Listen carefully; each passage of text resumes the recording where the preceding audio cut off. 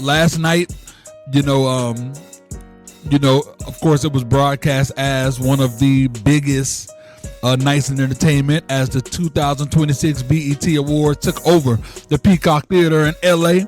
Now, whether you watched it live or you caught the highlight clips this morning, we gonna break down some of the biggest moments of the night. Now, every year, the BET Awards remind us why the event is so important. You feel me? It's one of those few nights where we get to celebrate. Good Lord, I need more of the slurpage.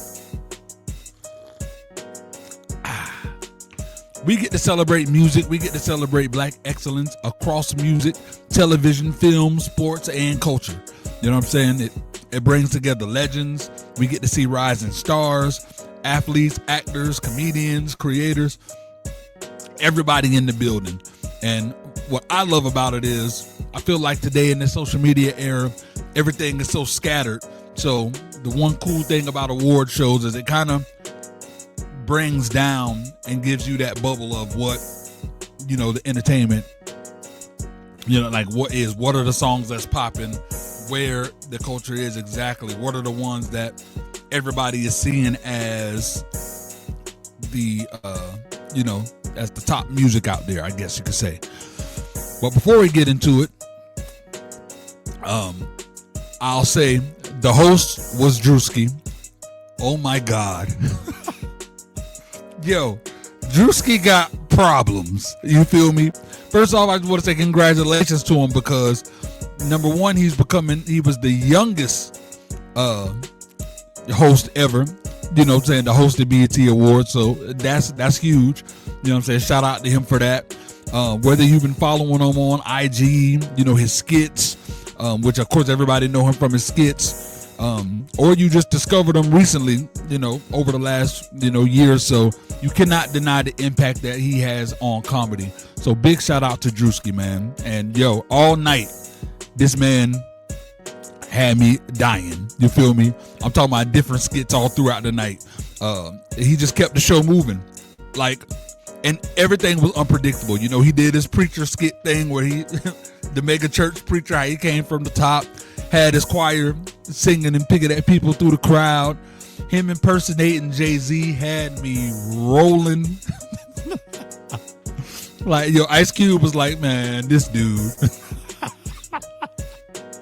Yo, he just had the ability to commit to all the different characters to the point that, for real deal, I just forgot I was watching bits. Like, Druski got something special about him. That ain't easy, especially in a live audience. You feel me? Like, you know, and, you know, it was not only was a live audience, it was live streaming. So it was just another, it was just a dope performance by Druski. I just want to give him credit. Now, one of the reasons I bring this up is this is just another example of how creators are changing entertainment. Like Druski wanting somebody that got a record deal or this big TV deal or anything like that. This is somebody, regular independent content creator like you and I, who just grinded until he made enough noise to go viral like he did. You feel me? Years ago, like real deal, people would have laughed if you would have told me that an internet comedian was gonna be hosting the freaking BET Awards. You know what I'm saying? Today, that's not only possible, but it's truly becoming the new normal, right?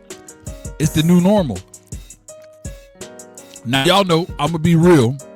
One thing I struggled with over the years when it came to not just necessarily the BET Awards, but TV in general, where it's gone, right? Like, I grew up in the era, like me, and call me old-fashioned, I don't care, old school, whatever. I grew up in the era where usually the strongest words you was gonna hear on TV was damn. You know what I'm saying? Damn was like maybe the strongest word that really kind of pushed the envelope. You know what I'm saying? I used to love award shows back in the day because it was something the whole family could gather around and watch. You know what I'm saying? The whole family can gather around and watch. You parents ain't have to constantly wonder what the heck coming out the host's mouth next. You know what I'm saying? Because censorship was a thing. You feel me? Now fast forward, to today, pretty much all profanity is on the table. It don't matter. Ain't nothing getting bleeped out. Everything on the table. Sometimes it feel like less than network television than more like a rated R movie. You feel me?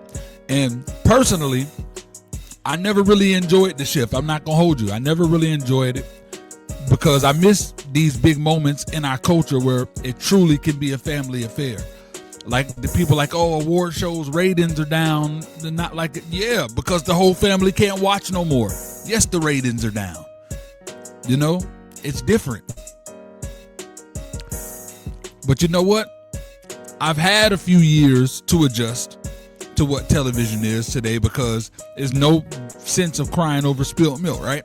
So this year, when I came into watching the BET Awards, I came in with the right expectations. Like I wasn't expecting it to be the BET Awards from years ago. You know what I'm saying? I accepted it. It is what it is today.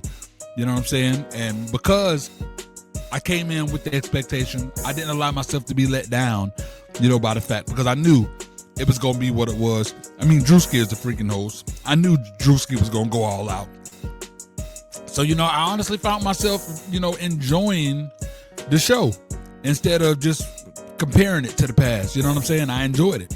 It was probably the first BET Awards in a long time where I genuinely enjoyed it from top to bottom.